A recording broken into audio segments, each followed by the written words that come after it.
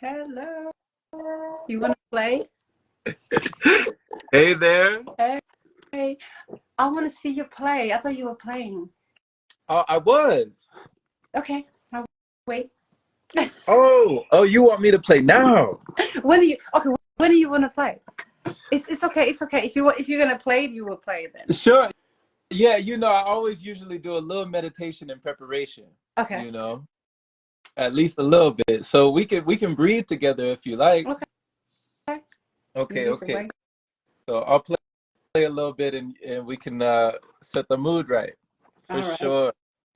Much, much love. Thank you for the invitation. Awesome. Awesome. Always.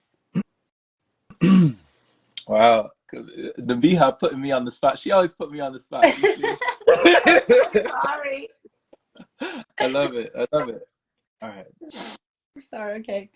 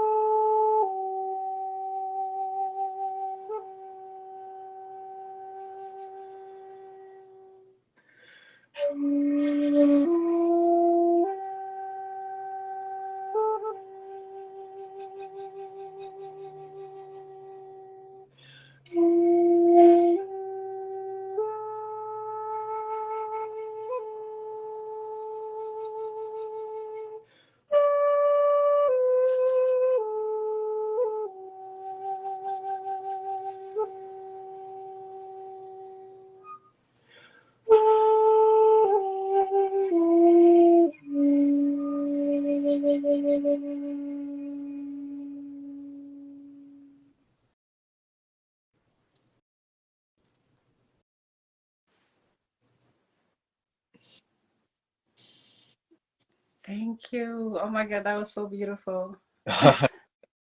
Blessing. I could go on and listen to that. Thank you. Wow. Wow. Thank you. Thank you. Oh, Louisa said, when will you play for us too, Nabiha? Me? Oh my God, you don't want to hear mine. You don't want to hear mine, Louisa. I haven't practiced or anything, but you know how it is the first time, right? You talked about it before. Where's yours? You got a flute too? Where you Yeah, have it tucked? it's still on the same spot. Let me show you.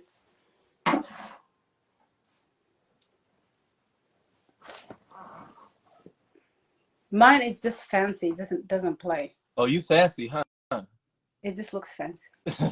Well, but you can't play it. It's just one that's working. The rest is just flat. So Mm-hmm. I think he carved it maybe wrong. I don't know. Maybe it's not. Mm. Yeah, I will just have to check it out.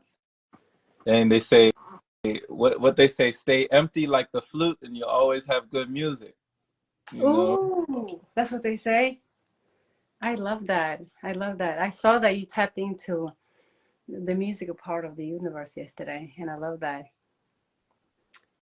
Yeah, Mm-hmm. I always say this universe is musical. It is Mm-hmm. musical, and you and I are the instrument, So we have Yeah. to fight. So we must stay in tune. It's musical, it's magical, it's mystical. You Yeah, know? Yeah. yes. Mm-hmm. We like to ponder on the mystery part of it, Mm-hmm. right? Always finding something. Oh, it's something to find, something to find. But when you sync with everything, you don't need to find anything. It just Mm-hmm. comes your way. For sure. Yeah, Sure. I want to dedicate myself today to ask you questions because you always ask me. And it's like, why? I'm not good Why? at asking questions. You said why? Yes, because, I can be, what should I say? Like, I'm not good with lives. I'm not good in front of the camera. I'm more of the silent writer. But it's true. Really, I am just on these lives to conquer that fear. That's what I'm doing. Every time I'm on a live, I'm actually trying to conquer that fear. So sometimes I can jump from subject to subject, and sometimes I'm not even like hearing, and I'm like interrupting you. That's all the nerve system inside of me. Really? Because when I see you on lives with Jesse and with Louisa and with others, you don't seem nervous. That's weird. Because that's what I mean. Inside of me, something else going on. You can't see it. But Wow. I'm glad that you can see it. So you always have that nervous energy? Do you just channel it into the energy that you bring into the live, like the love energy that you put out? Do you just channel it from that nervousness? Yes, it's like when I look at my videos, I told you I never rewatch the videos.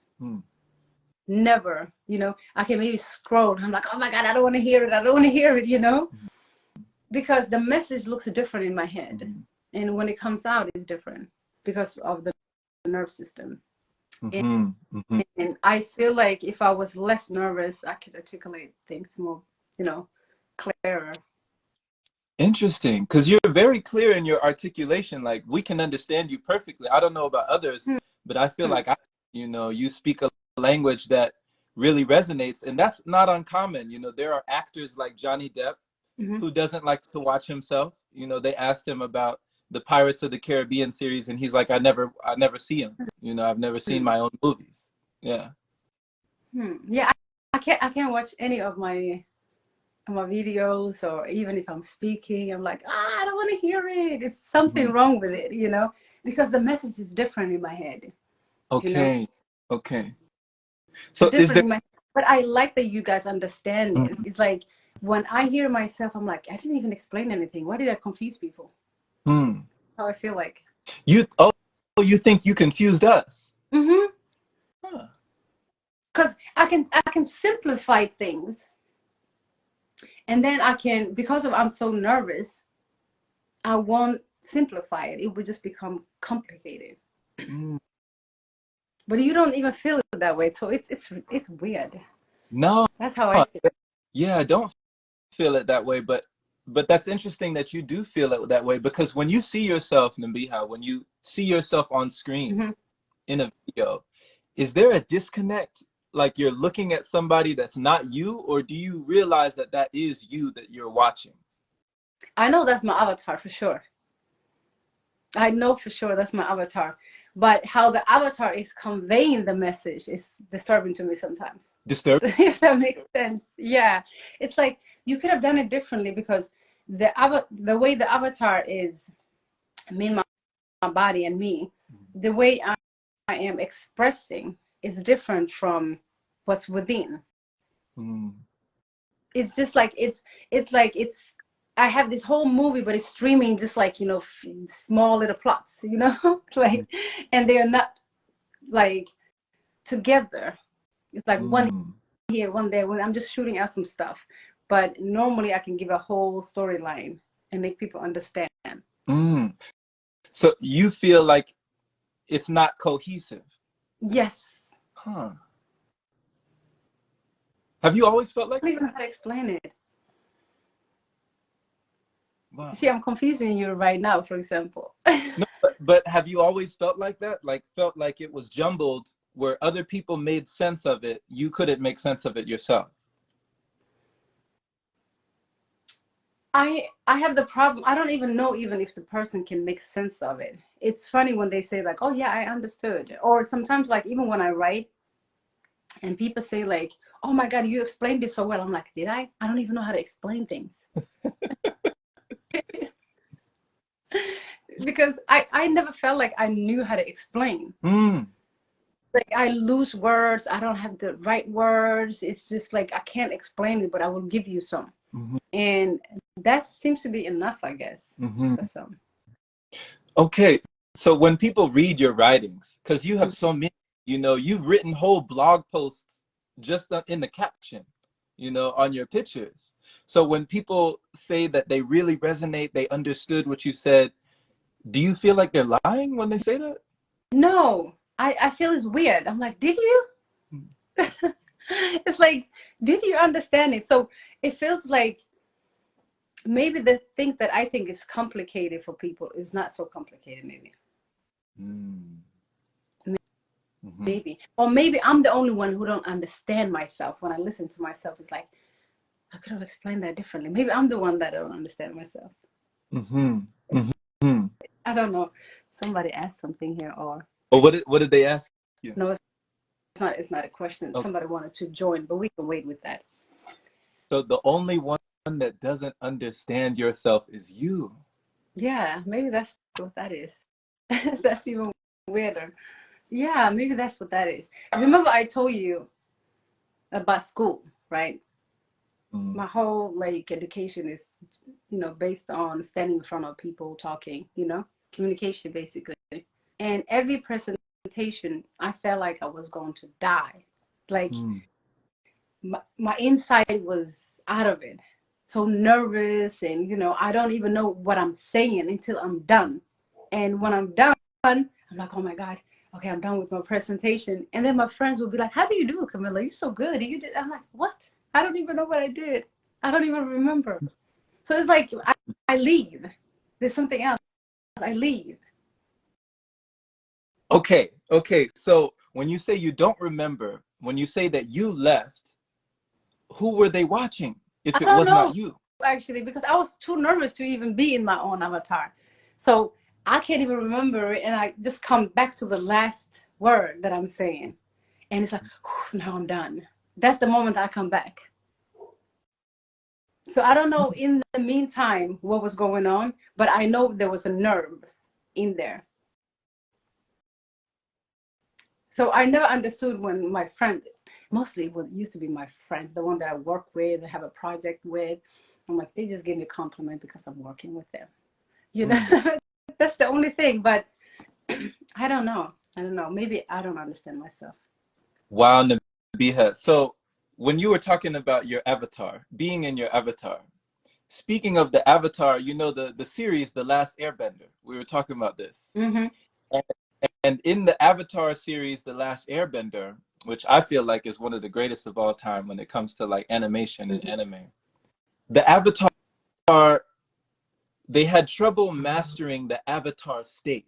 There was an Avatar state that Aang would go into or Korra would go into that they would be overcome with this, their eyes would start glowing and they would, all their ancestors, all the avatars from, all the lines before them would be channeled into their body. So they would take over their body and they would destroy all opposition, all obstacles, all enemies in their path. But when their eyes stopped glowing, they came back out of the avatar state and they don't recall what happened because it was like they weren't in control, Mm-hmm. That of their happened vessel. often. Does that You know happen? Is that that what? happened.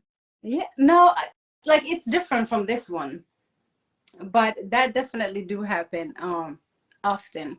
And I believe that most of the time it's not me streaming, it's something else streaming through me. Um, so that I feel like exactly what you described in my meditations. Mm-hmm. During my meditations, I can see different things, I can think different way, but then when I get out of it, I know I'm back to me again. Mm-hmm. But Mm-hmm. with the presentation, I think the nerve system just takes me somewhere else. I don't know. I haven't figured that one out. Okay, so you go into the avatar state during your Mm-hmm. meditations, but something else takes over during your Mm-hmm. presentations. Yeah, that's different. But it's not the same spirit. No, There's one. because There's one. in during my meditations, it's not only one; it's many. Mm-hmm. So let's say like if you believe in the ascended masters or whatever, or whatnot, ancestors, whatever you want to call it, it's not only one; it's many that comes through during my meditations. And I used to write it down Like each of them will teach me something to conquer. So I still have one left, and that's fear. You know, to conquer fear. Mm-hmm. I've been stuck on that one, and I was, over and over and over again. But I've realized that's a lifelong, thing to learn, because everything has fear in it. So I'm learning now. I'm realizing, oh my God, I do need fear. Fear is not something you eliminate. It's something you also embrace, but you have to learn how to embrace it. Mm-hmm. Yeah. That's a great, that's interesting that you titled this and you're saying, let's talk about love, because they say that love is what conquers all fear, you know? Yeah. Yeah. Love is understanding, It's like when you understand, it's not that you're conquering fear, but you will understand fear through love. And then that way, that's how you conquer it. It's not eliminating it, It's not like love is going to come in and just like X out everything for you. It's like love will make you understand. You understand fear through love. Yeah. Okay. There's no separation through love and fear, right? There's no separation. They are in together. So love, once you realize love, you will understand. But if you have fear in you, you will never realize love, right? So it's not the opposite. Right? You can't Let's realize talk about love. one without. Okay, so not being able to realize one without the other. You recall when you were telling me you watched the recent Wakanda film, Wakanda Forever. Oh yeah. There was a scene where Shuri, she downloaded a sample, or she was able to digitally print, a copy of the herb that was able to allow her to go tap into the ancestors, or to do the Black Panther thing, And when she went there, spoiler alert, anybody who hasn't seen Wakanda Forever, she saw Killmonger. And when he was sitting in that chair, on the throne, and he had all that anger within him, and he channeled within her anger within her that she didn't want to face. It was almost like she had a fear surrounding that as well, So it's like something within you that is teaching you something, helping you conquer something. That's what that scene reminded me of in that movie. Life is. I'm trying to remember the scene that you're actually trying to explain to me right now, because I've seen the movie. So you're talking about the king when he was sitting in the throne, you said? Well, that was actually the villain from the previous movie. So it was Killmonger. So she went there. She took the herb to gain the powers of Black Panther. Oh, She didn't. yes. Yeah, you remember? Yes. Now we're talking about the Black Panther. Yeah, but the newest one, where Yes. Shuri, she went to that ancestral plant. Yes. Okay. Now I'm mixing the Woman King and the Wakanda. Okay, now I know. Okay. I'm like, what scene is that? Yes, at the end. Now you spoiled it for people. Yeah. And he came in to help her conquer something, because she needed level up her game in a way, but she didn't know that she was going to meet him in the astral plane, Yeah. That was the fear it's something, whatever you meet, it's something within you, And I normally say, like, let's say if the spirits, let's say if I wasn't here and I want to stream through a body. Okay, if my spirit wanted to stream through a body, you would have to use that spirit that's more open, that would convey actually your message, right? So you have to be open to it. So I feel like every time any spirit that chooses to come through me knows that my channels are open for them to get their message through. Let's say like they were not finished here, right? And they wanted to conquer something, or they were not finished with what they were doing here, and they don't have a body anymore. They can use mine. So it comes through me, and then it's like they continue with their lesson of life. Like, let's say like this monk was, doing all of this work, and he was just to conquer, the mind. And then he came to a stage, and then the body expired, right? The energy is forever, we know that. So then what would you choose if you can tap into reality again? What would you choose to channel through? Mm. an open channel, right? Mm. Okay. So that's how I see it. That's how I see it. But then again, it's within you. Like whatever I have conquered, whatever step I am on my path, right? If it's the step of like where I'm conquering fear, there will be a monk or whatever that was in that energy that wanted to conquer that would be in place for me to teach me through it. That's how I see it. That's just me, okay? Yeah. So through my meditations, I know like, oh my God, today I have a yogic. He want to teach me some type of something about my body, right? And I just have to follow that. I just have to listen to it. And Okay. that's how I learn. Otherwise, I can't just get information just because I'm in here. Doesn't mean like I'm collecting information. Just that's how it comes to me. Because you're open. Yeah. Because you're open. So do you also feel like you're more open in those times when you're doing presentations, as it were? With that nervous energy, do you feel like you're more open for spirits to come through? Fear is actually, if you have fear, you're not open like that. Okay. You close doors. Okay. So one of the things that I felt like since I was little, I always felt like there was some spirit around me. But my fear was always like neglecting it. Like, oh no, no, you can't come through me. Oh no, you can't do this, you know? So I was always afraid. And I mean, like, since I was a little kid. Mm-hmm. Like when I was 5, I used to say I'm talking to the spirits, but they used to be right next to me. Mm-hmm. So it's right next to me. And then people will ask me questions that are like bigger than, you know, my consciousness. And then just to confirm if I'm talking to somebody or something. And then I will ask the question and I will give them back. So it used to be a fun thing my parents and people used to do when I was a kid. But throughout my life, I was scared. I didn't want anybody to come through me because I'm a human being and that's what I am. And I don't want this. So once you let go of that fear, we all can actually be channels. So you wanted to reject the connection. I always rejected the connection because it wasn't part of the reality. It's not part of this reality, right? So then you cuckoo or, you know, something is going on with you or, you know, so most people actually, you know, deny the connection because they're scared. Some of them call it ghost or whatever. Yeah. Right. Right. Because I've personally never seen spirits, you know, with my own 2 eyes, but I do have friends that say that they've seen them all their lives, you know? Mm-hmm.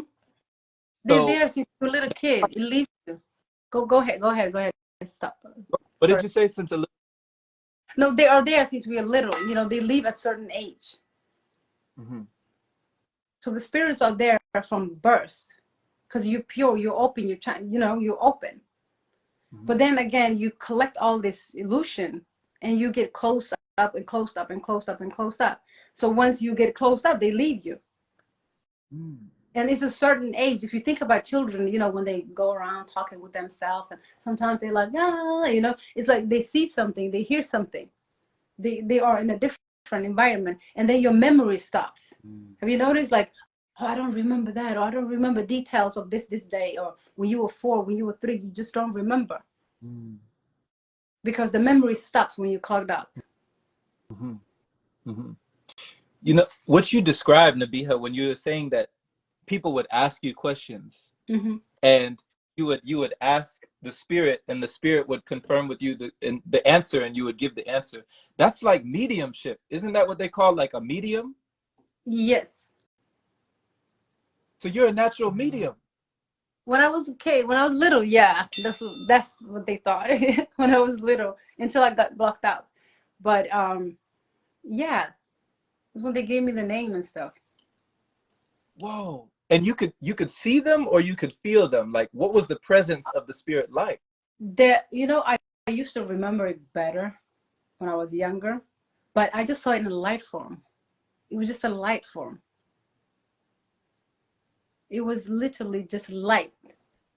You know, it used to be around me. It used to be right next to me, and I would be talking. My dad, you know, when I was like 2, he would ask me like funny questions, like, "What time is it right now?" You know, and he would show me his watch, and I would just say some number, and it would be correct. And then he would take me to his friends, and he would be like, "Look at her, she knows everything, she knows everything." And then he would ask questions, and I would just answer. So he used to use me as a little tool, for those kind of stuff. But then again, it was always aligned with their beliefs. Like, oh, she's talking to the prophet. May not be the prophet. It's just an energy, right? Spirit. And when you say he used to use you as a little tool, did you feel like you were being used? I didn't feel like used, but it was like I can remember the excitement of it because I was on his shoulder, up on his shoulder. He's a tall man, and I was on his shoulder. So then he would ask questions, and I see all his friends from, bird eye view. So he would ask questions. He put me down. He's like, "Look at her. She knows the time," And then he would give me some book, or like before technology came, for example. I used to be predicting a lot of technology stuff. I'll be doing a lot of things that, talking on the cell phones, doing, video calls, kind of stuff like that. And he would be like, "Look, look, look, look," They didn't even have the cell phones at the time. And even like, phone at home was you had to go to a store to go and phone people. That's how late it was for them in Africa, right? But I would be predicting those technologies. And then he would be like, "Look at her, she's talking on a wireless phone," I'll be walking around talking, like I was talking to somebody. So yeah, those kind of fun. He used to make fun of those stuff. And that was just fun for you. It was just part of, I think I just saw the world differently. If I explain, it may sound very, very, very weird, but I remember when I was same age, around 2, actually 2, yeah. I feel like I lived in a world where everything was so magical. You didn't have to go to get stuff, but you could just think of it and it was right there. I lived in a world like that, and it was tropical. It was like, it was amazing. It was different. And then the sun just got black. Like everything just got black, And I remember sitting with my aunts outside a little hut, and she wanted to cook some tea. And then she said, when she started, preparing the tea, the sun just got black. Like everything just got black. So we had to go back into the hut. She never woke up, by the way. She never actually woke up. She died that night, but that morning. But when we went back to the hut, and then when we wake up in the morning, like everything is this, everything was this world. And I'm like, where is the other world? I keep on asking, where's the other world? But nobody ever understand it. But my aunt who died, nobody knows that she woke up that day, made the tea, and then we went back. And it was like 5 a.m. in the morning, I guess. Yeah, so when I tell them, like, "Oh yeah, she woke up," they think that she just died while she was asleep. But she did wake up. Yeah. Wow. That's enough about me. Wow. You're the only one who knows? Yeah, I'm the only one who knows. Yeah, but then I was 2. So people are like, "How can you remember? You don't remember that." Yeah, I remember a lot of things when I was 2. I may not remember when I was 4. But 2, I remember. Wow. Remember that. I remember seeing small creatures. Like they look like human beings, but they're like very small. I've seen that. Like when I think about it, I think I've lived in a different world. And when I tell people, they think I'm cuckoo, but it's the truth. Yeah. I've seen small little people, and that was in Africa. I mean, that was in Africa. Describe it. You're painting pictures with your words, like you're illustrating it. I can see it. I can see the world that you're describing. And when you said this was so magical, it was a magical place, do you feel like that world still exists? Yeah, what I used to say when they asked me like, why why do you think the world changed? Because they just asked me. I used to tell people like, "Hey, the world wasn't like this. The world wasn't like this." And the only thing I get is like greed. we used to get everything that we want, but then greed was created, and then that world stopped just because of the greed. And I still don't understand why, but that's the message I've got. Like, let's say, like, if you had one rice, right, and you put it into the water, it becomes like a whole meal for everybody because that's your intention. But the person is like, oh no, we have 15 people today, I'm gonna put 2 rice in there, and then the two rices remain 2 rice. There was no, they didn't multiply because of your mind, and your, the gratitude was diminished, right? Now you didn't believe that one rice will feed all these people, so you put 2, so it remains 2. So that's what happened to that world. That's why that world ended somehow. That's how I feel like. With the invention of greed. Mm-hmm. Yep. Wow. And then continue with the separation, Wow. Wow. Because it the way that you talk about it, it sounds like it could exist right now, like as we speak, almost like a parallel reality.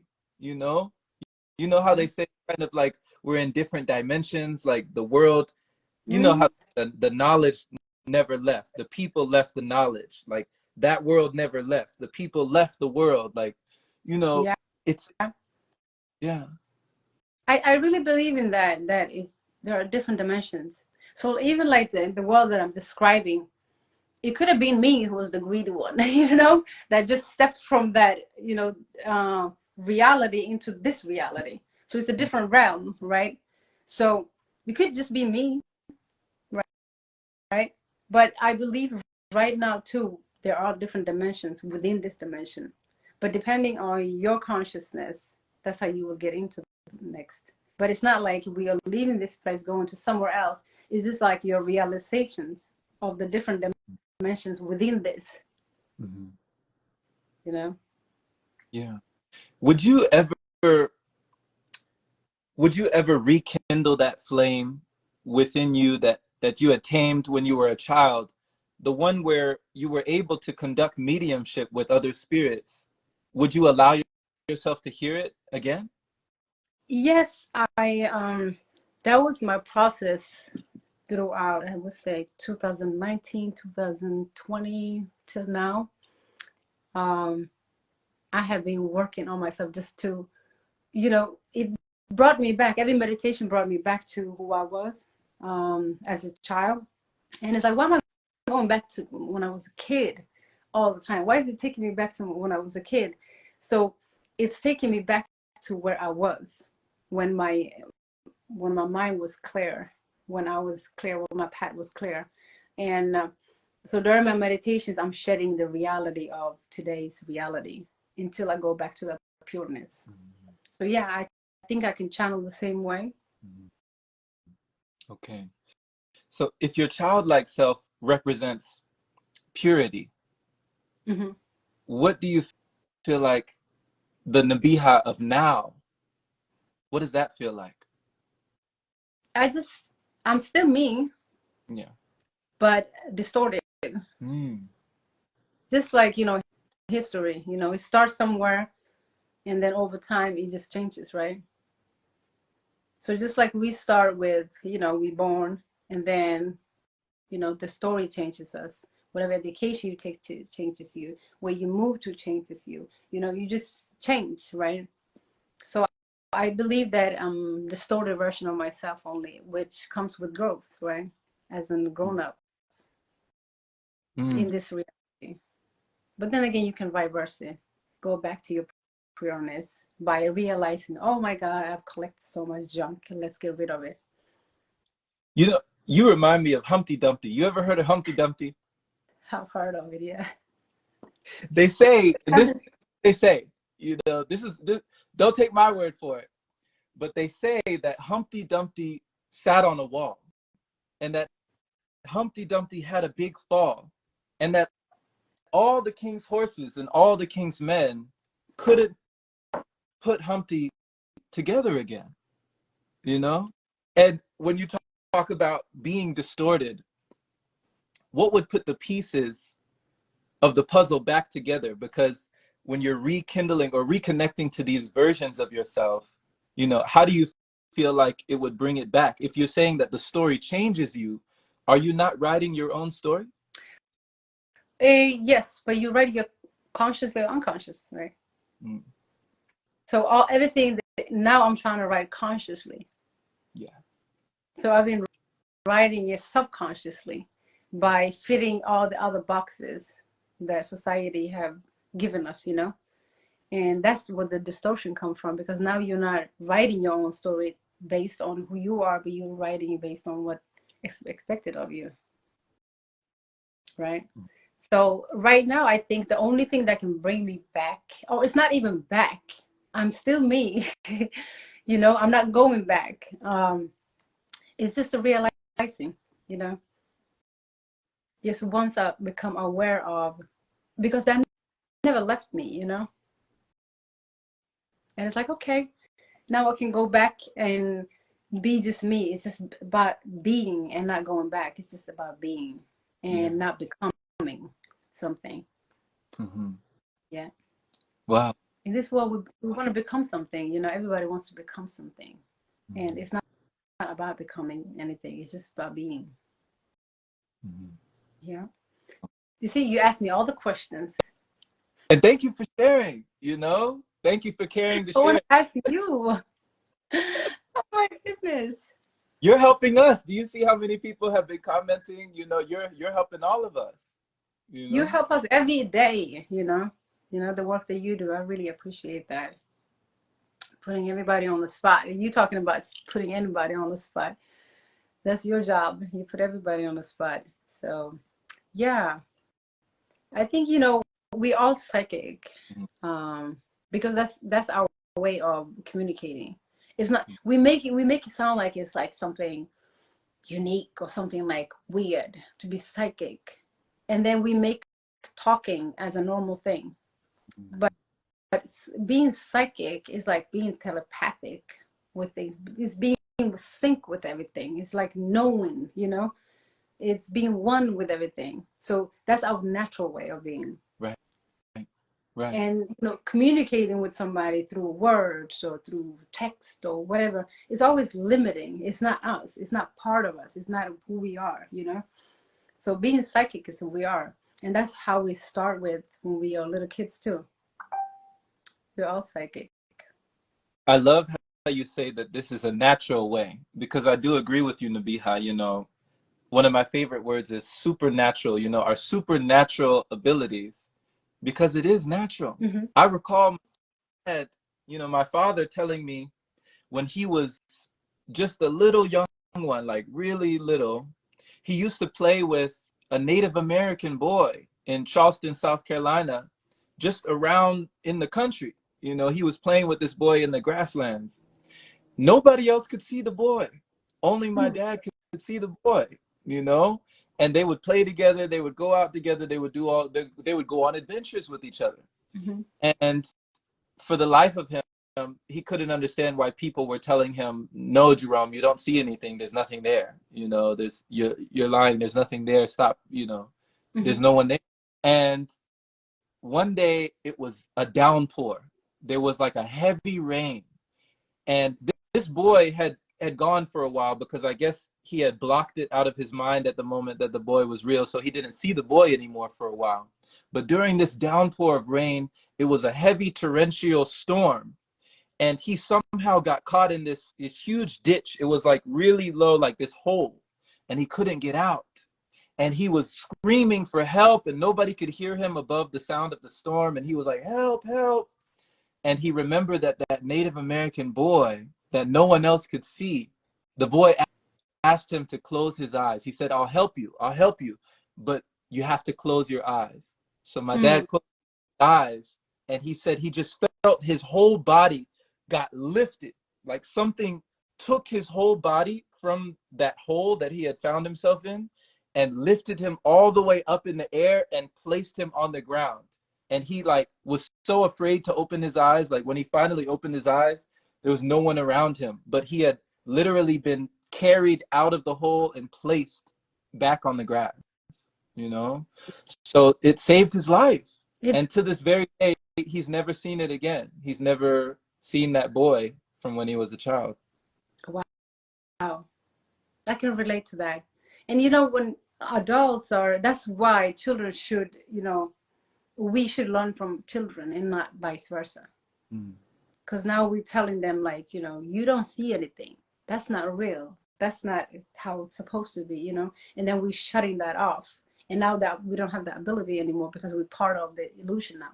It's like your parents will invite you to the illusion and, you know, have you hooked when you were a kid because of imaginary friends or, you know, people that you're talking to, whatever you're talking to, all of that is like outside of this reality, you know. And it's funny. It's many of us, many of us. Everybody that you talk to would have seen something, well, experienced something when they were a kid, you know. For me, I didn't have anybody that would say like, "Oh, you crazy." They used to just think of me like, "Oh, she sees angels because she's a little angel," you know. She sees angels, so they would talk to me and ask me about these people or these energies. But yeah, that's how we lose our ability by people telling us that's not how it's supposed to be. Yeah, I bet your dad think about that often. Yeah, he only told me it once, but I never forgot it. You know, sometimes when people tell you something, sometimes it just sticks with you. Yeah. You know, like it plants a seed in your mind, like, wow, that actually happened. You know, Yeah. and no one can tell him like, you know, otherwise. He knows in his heart. Yeah. He knows. You know. But nobody else saw it but him, right? Right. Yeah. Right. It could have been, you know, there've been times where I feel like I had been walking with somebody and in the places where it's been dangerous, for example. Like I said, I lived by myself all my life. So there were times like when I was like 13, 14 and I'm walking at night and I would have somebody, you know, hey, I'm your neighbor or something, like they look like my neighbor and everything, and they would walk me home. And then I would ask the neighbor, oh, you walked me home yesterday? And they're like, no. Like, no. I'm like, okay. So I never mentioned it to anybody. But then I'll realize, okay, there was actually something danger, like just getting off that BART or, you know, the metro and then getting to my house. In that little period of time of me walking, there's some danger in it. And then my neighbor just walks out of the BART again and then walk with me. And the next day they say, no, we never walked with you. Yeah. So I never share that with anybody. I just think for myself, I'm like, oh my God, am I going cuckoo? But I know that person walked with me. Do you feel like, what does that let you know? Do you feel like that lets you know you're protected? Oh yeah, absolutely. I feel like I've always been protected. When people ask me about my life, like, how did you do it? I'm like, I don't know. You know, sometimes when you don't even have any choices, you know, you just don't know. And it's like, why do you think it's difficult? Because I don't think it was difficult. Because I don't know anything else, right? So what makes you think my life was like, oh my God, that was like different? How did you do that? And it's like, it's normal. I would think you would do it too, you know? So to me, it's like normal. For some people, it's not, but it's just, it is what it is, right? That's one of the things I enjoy about you the most, is that you assume the best in everyone. You know, you assume that someone else would feel the same or would know the same or would do the same in the same instance. Like when we talked before, when we talked, go ahead. That's my weakness. That's your weakness? Yes, that's my weakness. How is that your weakness? Like, you're not supposed to think like that. I'm learning. No. I'm learning. Yeah. I interrupted you again. No. Explain. So you're not supposed to think like that. Like, you know, I surprise myself too often. And it's always like when you say the other day, for example, like people ask, how are you? Right. I genuinely want to know how you are. And I would think everybody else would do the same. You know, why would you waste your time asking me how I am if you don't care about how I am. Why would you waste your time? So I would assume that people think the same way, and they don't. And then every time they don't, I'm like, oh, I get disappointed. So disappointment. Okay. I don't do well with disappointments. Yeah. No. Mm. So I think that's what that is. It's like I disappoint myself by believing that everybody and everything is the same. If I've experienced something, I always used to think like, yeah, everybody else have experienced. So I don't even share it. And when I share it, like, you did? And it's like, didn't you? I always think everybody is the same, Or I think more maybe highly of other than myself. Mm. And you see it as a weakness. Yes. Mm. It's a weakness because, I should know, or maybe not, but like it was saving so much time and energy by just thinking like, okay, everybody can actually be whatever, they can lean on this side and they can lean on that side, or they can be in between. If I just accepted that would be okay, but that's not the case. Okay. And do you feel like that disappointment comes through the inner expectation that they would be that way? And Yeah. then you're... So it's like, but why would you choose the other way? That's what the disappointment comes from. Like, what would you, like, I want to give you an example, but those things don't stick with me, so that's why I don't have it. Mm-hmm. Like those actions don't stick with me, so I can't remember one, but it's always like the opposite. Always the opposite. You would think like somebody who, how can I give an example? Yeah, like you would think like that's your grandmother. It's normal for you to just respect and have like a high, like respectful, and some people don't, for example, right? And it's like, it shocks me. I never even had a grandmother, but I know how to respect them. And it can be, for example, another example, it's mostly respect that people don't have. Compassion. They will pretend, and pretending takes time, So why use the whole time on pretending when you can actually be? Yeah, those kind of stuff. Yeah. Even as you were speaking, Nabiha, we had a comment go down from a lovely lady. I know that you've had sessions with her before. You've done lives together. And she said, I used to be that way, but when I got tired and realized acceptance, that everyone's path is different. Mm-hmm. So is that what you were kind of saying? Like, that's what I'm trying to accept right now. Okay, acceptance. Like, mm-hmm. Like that, but it's shocking. It's very difficult to actually think like, oh my God, yeah, this person can think that way and that way. Just leave it alone, just accept whatever. But at the same time, I accept everybody for what they are. I just don't, link the I don't think about the bad side of the people. The bad side. Yeah, the bad side, because people do have bad sides, and then always the bad side always kind of like surprises me. Like I should have, expected that something bad can come out of this, I don't have that expectations. I always have like good expectations. Like, for example, let's say our pranic family thing, right? I would have contact with somebody. Somebody will ask me questions and I have a connection with them, right? And it's serious. The thing is serious, right? This person is actually talking about their health. They're talking about, their eating habits and stuff like that. And I'm there to encourage them. And I'm actually, my whole heart is with it, right? I will be making hours to talk to them. And then one day they will just disappear.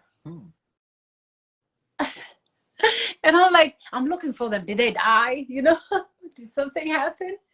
But I just haven't accepted the fact that people can just do that. Yeah. People can just do that. And I'm looking for them. Maybe they died. Maybe something happened. Did COVID hit them? Let me find their number. What's their family member? And I'm like tired. And the person just after 6 months is like, hey, Kamilla. And I'm now I'm like, I'm tired of you. You know, why did I care so much? And then I have realized, like, it's not them, it's me. It's not them. They just being them. Yeah. Obviously, I care about them more than they cared about them. That's how it looks like. So is that But that happened to me twice. So is it wrong of you to care? It's not wrong, but I need to just learn how to care for the right. You know, and not you know, I care for everybody, but I should know that, okay, if this person is not replying, it's not communicating, it's fine. They're fine. I should just accept that they're fine. You know, but I would rather, like, you know, hey, Kamilla, I'm doing well, blah, blah, blah, bye, you know, talk to you another time. Then I know we've ended somewhere. But for you to just disappear, like, I would be worried.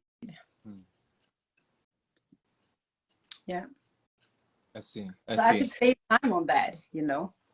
Yeah. So you don't see that is a part of yourself that is a strength for you. You see it as a weakness, where some people are careless, you know, other people are careful, and other people are carefree. But if somebody is carefree and you're not careless, you care about them even in their carefree like spirit. You would rather yourself be more careful around certain characters. Yes. Okay. But if I think, you know, I don't have to make it so hard that I'm thinking about, oh, this is the character and I have to judge, this is the person. You know, I can't make the conclusion by looking at the person.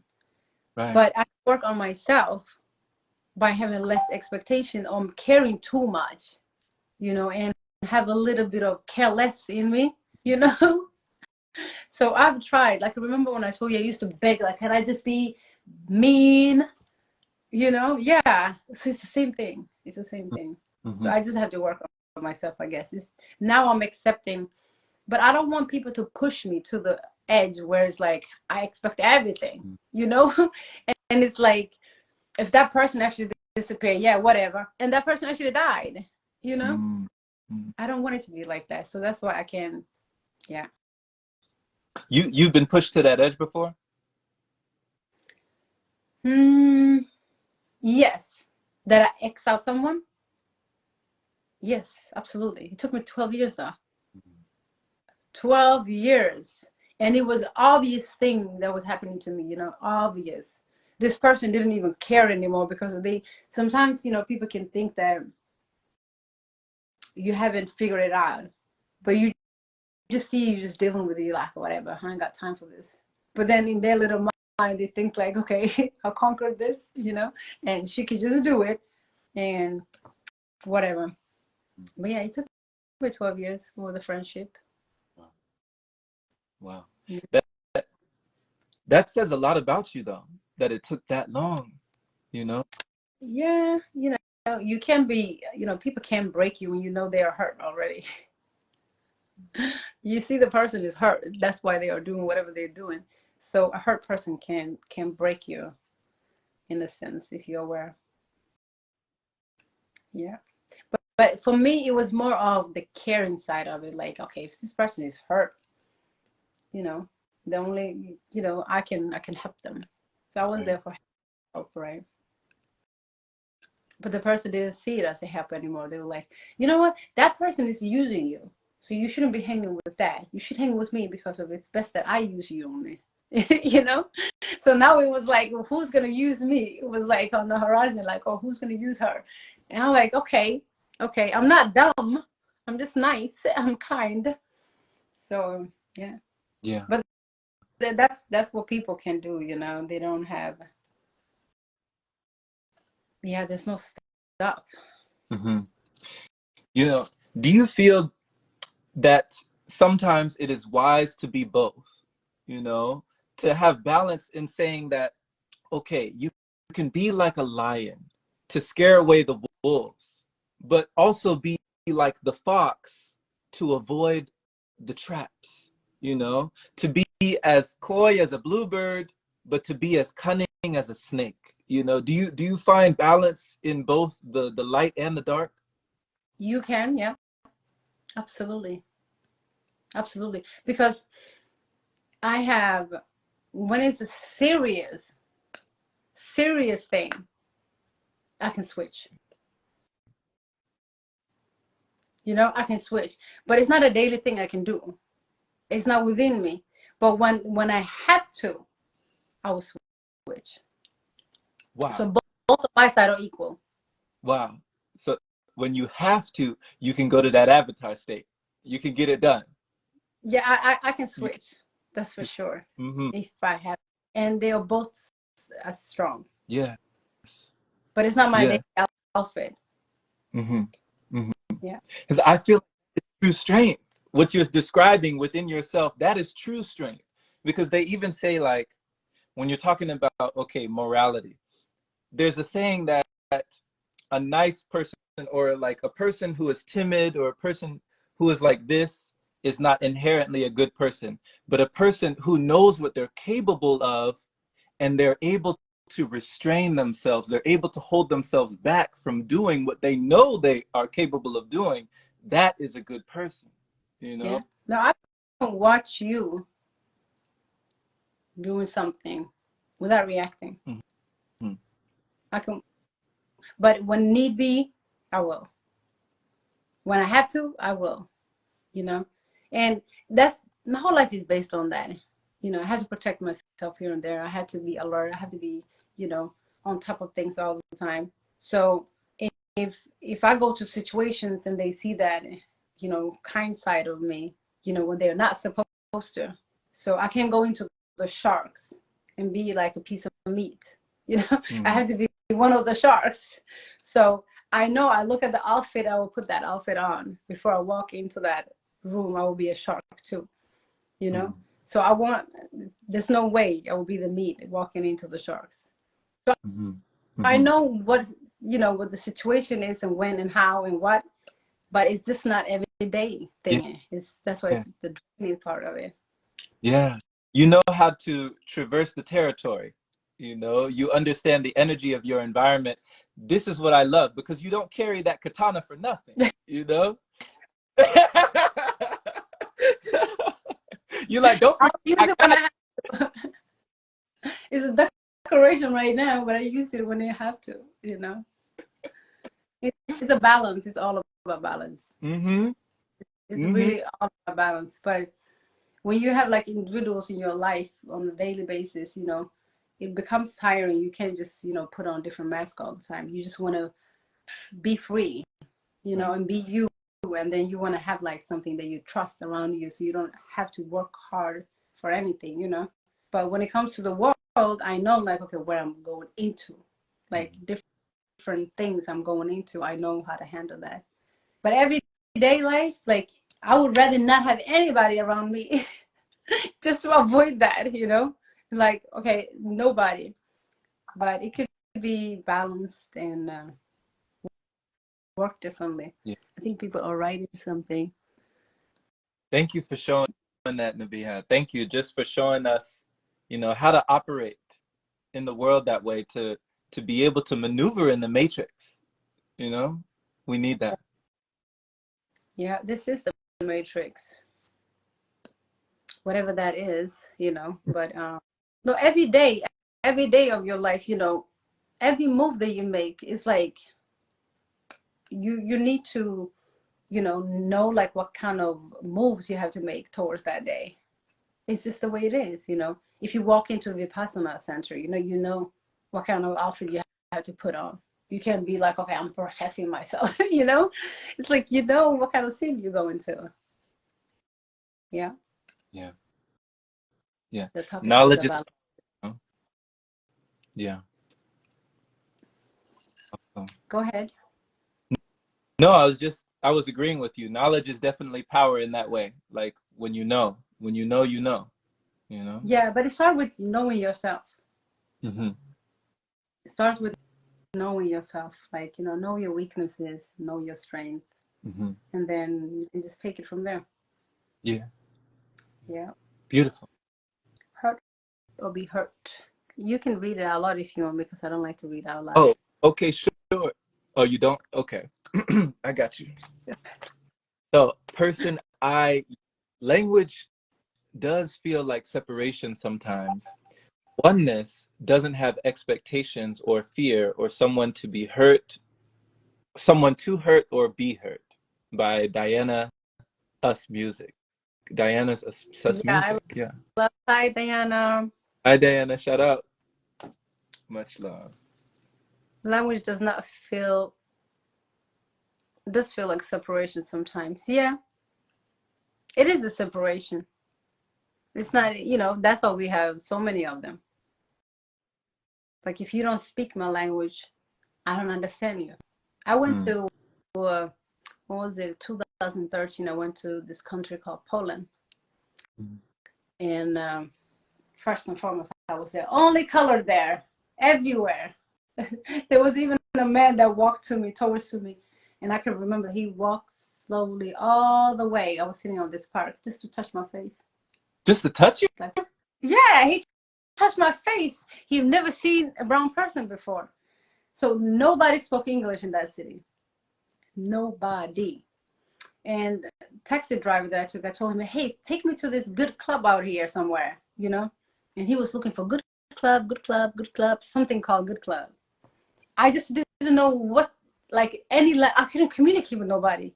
I couldn't take a taxi somewhere. I couldn't even go to the airport. I couldn't communicate with how my Airbnb looked. Nothing. I was so frustrated. I ended up in my apartment for 2 weeks, just walking out a little bit, I don't want people touching my face. But it separates us, because I could have communicated with those people if they didn't just speak Polish. Mm. So it is a separation for sure, but we make it seem like, it's a way to communicate. It's easy to communicate. It's easy to understand each other because now we have a language. But who said we didn't have anything? We had a universal language. That's been taken away from us. Mm. I don't have to talk to you to understand you. You can sit there and we can stare at each other, practice that, and then I will know exactly what you're saying after a while. It's just a practice. That's what we call intuitions, or we call psychic. That's what we call all of this kind of stuff. But those are just like our natural way of communicating. That's how I see it. Mm-hmm. Wow. It's interesting you say that they were just coming up to you, wanting to touch your face, like wanting to feel your skin. Like they were just fascinated with someone they had never seen before. I was like, you don't have a TV in your house? That's the first question. Like, this person don't have a TV in their house, but he was a little older man, He was a little older man. Like, coming from Sweden and Norway myself, like, I would have sometimes conversations with older, like very older ladies, right? With, older beliefs. And some of them have never seen, like, when I was little, there was this lady that was my neighbor. She was from Denmark, but she lived in Sweden. And I remember I used to just go home to her, and she'd never seen a black person before. She used to think I was like sunburnt or something. My skin, there was something with my skin, but she didn't think that that's the original color. Mm-hmm. I And just realized. Go ahead. You said you just realized that? No, I realized that when I was like 12, but I knew her since I was 7. And she always used to think like, she'd never seen a black person before. So she used to always think like I'm one of them, but I just had some disease or something going on with my skin. She used to think that. So there are some older people that, haven't seen the world. Like, if you go to Africa, you could see like an older lady that have never seen white. They've never seen white. When they see white people, they go and touch too. They've never seen white. So it's the same thing with the white countries as well. When you go into the depth, like into the villages and stuff, some of them have never seen it. Yeah. So is it that because you said like in these places where they didn't have television or access to something to show them to expand their imagination, that magic within their mind to open themselves to know that something else, yes, this person exists, yes, this is possible, no, they don't have to have something wrong with them, it's not a disease, it's not an illness, you know, this is actually a human being just like you. Mm-hmm. They didn't have that chance, you know. It's so many different people in the world that their consciousness is so limited because of the environment. It's just, it contains just the same things, you know. They have never seen anything outside of the environment. So the consciousness is, you know, you're limited with what you actually feed. So imagine there are some people that have never, like me, for example. I can give you an example of something that I have seen for the first time. Like, you know, it became normal to me when I came to the United States in 2015. That's the first time I stepped my foot in here, right? So 2015, I'm seeing like older Black people, like aged. I've never seen aged Black person. Can you imagine that? I've never seen them past 45 or 50, because where I'm from is just white. And then you would see immigrants, and the immigrants are not so many. So maybe I live in a city where maybe one family is the immigrant. That family may not even have an older lady or older man in that family. You know, they may be in their 40s, 50s. I have never seen. So all the older people have always in my mind been white. And then I come over here and I see an older Black lady, older Black man, and I'm just fascinated. I'm just sitting there watching them. You know, really, it was so fascinating to me to just see an aged Black person.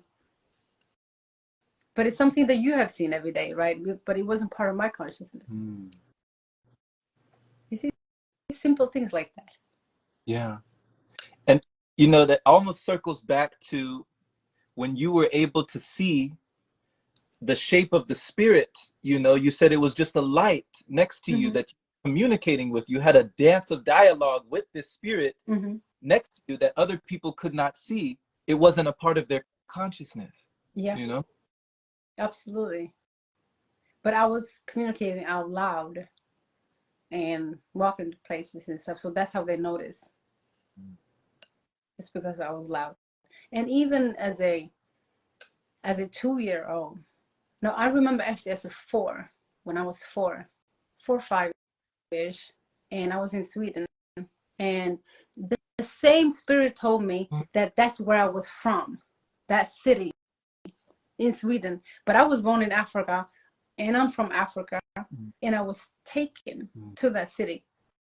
And everywhere, I used to go to this playground, and into that playground, there used to be this little shop. And that shop has been there for years and years and years. So the spirit will take me there. Till today, I have dreams about that store. And then it would show me a vision of that I had been there, like a deja vu. So 7, 8, 9, and that used to be the street I used to go walk by, you know, when I go to school. And I would always have that feeling like, oh my God, I've been here, I've been here, I've been here. And this is me as a kid. This is me as a kid. Wow. Wow. There was a time I used to think I was a Native American too as a kid. But the funny part is they came to that village. Native Americans came to that little village that I used to live in every summer just to sell their CDs. And I used to stand there like an 8-year-old, just listen and listen and listen. But I used to think I was from their tribe somehow. Yeah, I had a lot of fantasies, I guess. Would you ever go back and visit? Oh, I will. I will. I'm actually buying a little house out there very soon. Yeah, that's my little village. It's called Strängnäs. You're buying a house, you said? Nice. Absolutely. Like I feel like, you know, since I've spent most of my early years there, I've explored so much. Because at that time, whatever guidance was always with me, right? Even the first time I ever fasted for 30 days. Can you imagine as a kid? 30 days, no food. How old were you? 11. You did this at 11? I was just in the room. It's not something that, consciously like, okay, this is what I'm doing. But it did happen to me. And after that, my guides left. They literally left. I couldn't see them after that, in a sense, yeah. What does that tell you? I don't know, actually. I don't know. But I know 100% since I was 11, that's when it left. Like, if I go back to strangeness right now, and as an 80-year-old, I would be in the woods, like in the wilderness, like out there by myself all day long. I used to mark on the trees and stuff. So I went back there in 2007, I think, just to see a few of the trees if I still have some marks on it. Yes, I do. From I was a little kid, so it's still there. Still there. Mm-hmm. Preserved all these years. Wow. But I don't know what I was doing. Since I was guided at the moments, I don't know what I was doing, but I know I had like an amazing childhood, and it was just me. Home wasn't amazing, okay? There was something else, but out there was amazing. So, yeah. Wow. Magical.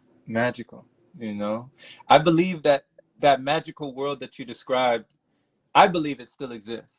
The way that you painted that picture, the way that you described it and illustrated that world, I feel like if you have it in your mind, they say if you can see it in your mind, you can hold it in your hand, Yeah. So, Whatever that across the mind is real. yeah. That's why all the movies are real. Yeah. Wow. I believe that. You see, we talked just about me. Thank you for and today I world with us, sharing these things that other people might not have seen the same, Those are the things, you see, I never share because I think everybody else have had the same. I'm assuming that you have also had the same experience. Like, tell me, I need to ask you one day. Wait a sec, I will talk to you. Because I want to know other people's actual experiences and how was it? If you didn't have that magical stuff going on, what was it? What did you have going on? Like this boring thing going on right now? Like trying to figure out that's what was going on? I want to know, really. Like, I believe everybody's life has been so magical, Even though if I talk to you about the other side of my life, you would think like, oh my God, how did you survive? But the magic and the mystery and everything just go together, And you pick, whatever angle you wanna choose. But really, if I tell you some of my life, like I think I posted one video one time, and it was a poetry. That poetry was talking about specifically where I was born in, right? And he was talking about the problems and guns and stuff like that out there. And then I wrote on a caption, the first time the gun was pointed at me was when I was 2. And it shocked some people. For me, it was very natural, It wasn't something that happened in a sense of like, oh, I was in a gang shooting or something like that, right? But it was in a setting of war where my mama was carrying me on her back, and when she go down, I look at people, dead people. When the gun is pointed at her, it's pointed at me, right? So they were pointed like this because to scare her is not to kill her, it's to kill her child, right? But for me to tell that, for some people it would be like, oh my God, that's like a movie, but it's not. It's just part of the story. Yeah. Look at your face. Even you give me that face like, No. Oh no! When you speak to me, Biha, when you speak to me, I go there. I go where you speak. Okay. Like so it's like I'm seeing what you're speaking. Yeah. So that I don't know how I look, but I'm like visually putting myself going there. Yeah. Yeah. No, that was your focus phase. Yeah. Absolutely. Yeah. So there's so much more to explore, and I know that we're just every conversation, it's like we're diving even deeper, Yeah. It goes deeper, but I want to hear yours next time. Okay. Yeah. I would have my question. I can't have no questions ready. Okay, I'm not the kind of person that follows stuff. I really can't. I want to. Mm-hmm. Because there's so many great things I want to ask you, you know. You do so many great things every day I want to ask you. And it's like, I need to put it on the paper. Yeah, even if I put it down there, I wouldn't follow it. You don't That's the problem. roll that way, you know? That's No. I would think everybody was like that too. But then that part I've understood. mm-hmm. That part I've understood. People like to follow, you know, okay, let's do this and do that. When I do, actually, I do something good. Sometimes I need to maybe follow some instructions. But I just can't. Really. I just can't. Yeah. But that's enough about me. Do we have any questions before we I'm sure we close? had, you know, a bunch, so many. Shout out to everybody who's been showing love. Shout out to everybody who's just been coming in here, receiving the energy and just listening, you know. Thank you so Yeah. much. Thank Thank you. you. And we passed our time. So sorry for keeping you that long. Oh, it's my pleasure. All right. Thank you so much, Jerome. There was somebody who wanted to join and they're still there, but next time maybe. Victor, next time. Yes, thank you so much, All Jerome. right. The next time, I promise, next Tuesday is just gonna be about Jerome.